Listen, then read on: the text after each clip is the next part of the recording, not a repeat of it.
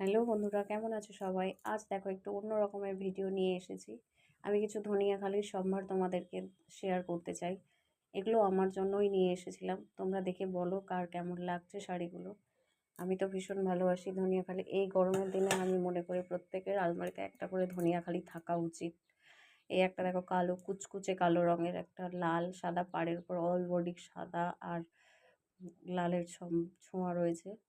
এই একটা দেখো কালো বুটিক, অল পাড় কালো বুটিক।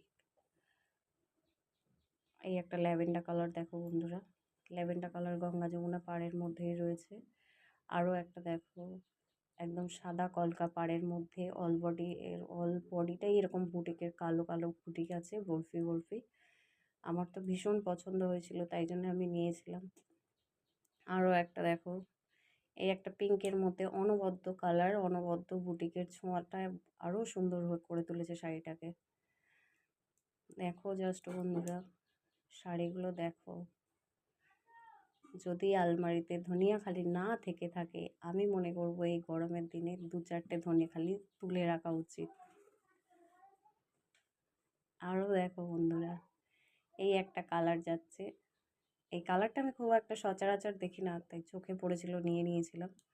গঙ্গা যমুনা পাড়ের মধ্যে হলুদ আর কালোর বুটিকের ছোঁয়া।